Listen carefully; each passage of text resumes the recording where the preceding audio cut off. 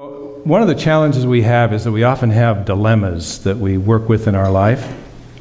So I have a dilemma. Actually, it was sent to me by Bob Hauser. And if you're on his email list, you probably have gotten it already. But this is an actual dilemma that showed up in, I'll explain it a little bit as we go through it. So here's the dilemma. I want you to think about this for just a moment as I kind of move through it. It's you are driving down the road in your car on a wild and stormy night, when you pass by a bus stop and you see 3 people waiting for the bus. Now, the first one is an elderly lady who looks as if she's about to die. The second is an old friend who once saved your life. And the third is the perfect partner that you've been dreaming about. Now, God knows how you would know that, but for the sake of this presentation, let's assume that you do. Which one would you choose to offer a ride to, knowing that there could only be one passenger in your car?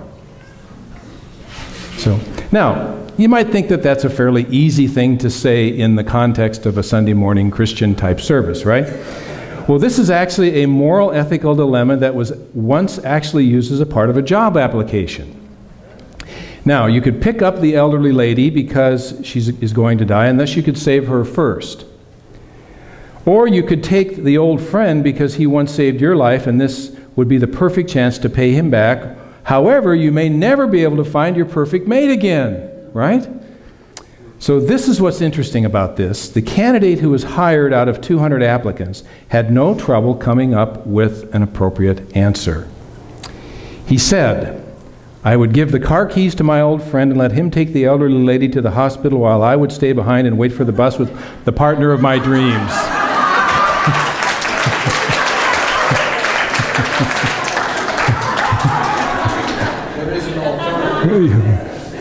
Well, there you go. There are tons of holes in this moral ethical dilemma. I recognize that. But the point is that in any situation that we are in, that there's a moment where we can either go with kind of what is sort of present, or we can expand our thinking and think differently and come up with maybe an answer that is more about serving God, maybe about showing up in a way that is good for everyone. So the only question I think we need to ask when we're confronted with a moral or ethical dilemma in our life is, how can I serve? How can I show up every moment of my life to serve? Because if we show up in the consciousness of service, then what do?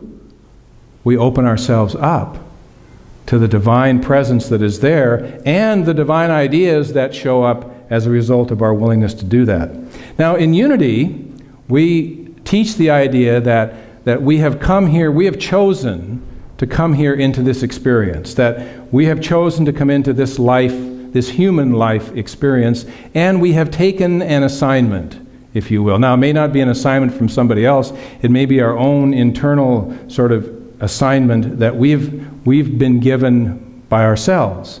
But we've come here to take an assignment, and our only real job is to accept that assignment.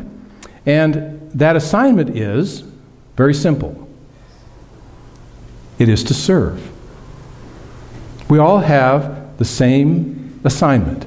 It is to serve. However that shows up in our life, and it can show up in 6 billion different ways, or 7 billion different ways, or whatever the number of people that are involved. Now, I think there's a greater truth too, and that is that there's this premise, or this thought pattern, or this thing in consciousness that exists, that somehow when we show up in service, that means we have to sacrifice. That means we have to give something up. We have to suffer if we're going to serve. We have to make choices if we're going to serve. And actually, service, showing up to serve, is not, and I want you to hear this, it is not about being a martyr. Service is not about martyrism. It is not about sacrificing our life on the altar of whatever it is that we're doing in order to do whatever it is that we think we need to do.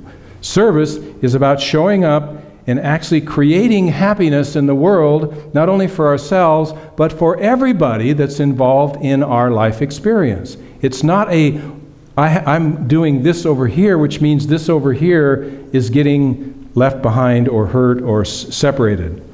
And that sometimes is a dilemma that we have. The moral and ethical dilemma is, if I do this, then I may hurt this, but if we open ourselves up to God's divine ideas, that perhaps there's a way that we can do this and this as well. That we can create happiness in all aspects or all parts of our life or our experience. Service is about contributing good. And if our contributing good hurts someone, then we're not contributing good, are we? We're not contributing what it is that we came here for. One of our members of our congregation a few months ago asked me to fill out an application for her for AmeriCorps. And so I filled out the application, and I didn't really think that much of it. And so then about a week ago, she came up to me and she says, I've been accepted into AmeriCorps. Now, she's not an 18-year-old looking for adventure. Her kids are grown up. They've just become adults. And so she is decided that she wants to serve. She wants to do something significant, and so she applied for AmeriCorps. She was accepted, and when she told her husband she was accepted, she went home and said, I'm accepted into AmeriCorps, and he looked at her and says, does that mean you're going to leave me for a year? And she said, no, my assignment is 15 minutes down the road. Next year I'm going to be helping kids read. So I'm going to be working in a situation, I'm going to be helping children read or learn how to read or improve their reading or however that shows up in her experience. But she was very excited about it, very excited about the opportunity, and so she is able to serve and stay in her situation. She's able to extend herself in that way. A couple of years ago, Clara Sias, Clara, you're here, came up to me and she says, I'm going in the Peace Corps. And I looked at her and, I was thinking, My first thought was kind of like, and then I thought, then my second thought was, wow, that's pretty cool. That Clara has decided to apply for the Peace Corps and, she's got a few years on me. And so I was thinking, boy, what a great thing. Now, she wasn't accepted into the Peace Corps for, I don't know, whatever reason it was, but what happened was it put that idea in my mind. Do you know how things show up in our world?